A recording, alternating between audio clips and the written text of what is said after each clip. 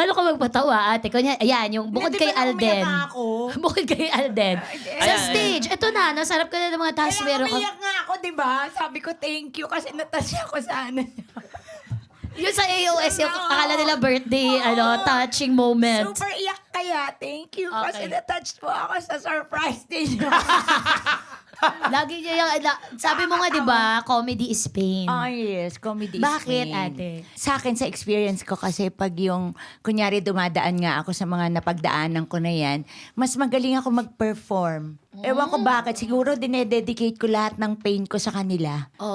Na parang, kahit po masakit to, pero nandiyan kayong lahat para mahalin ako. Kaya lalo kong ginagalingang sumaya sila.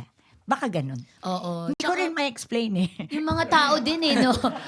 Yung mga tao pag nakita ka na nila, iisipin pa ba nila may problema Oo, ka? wala. Sobrang, agad na ay sa personal. Oo, mga Nakakatawa yun ang Oo, pangyayari. parang ganun, diba? Hindi ka na, tas saka lang nila maisip, ay may Ay, problema pala siya.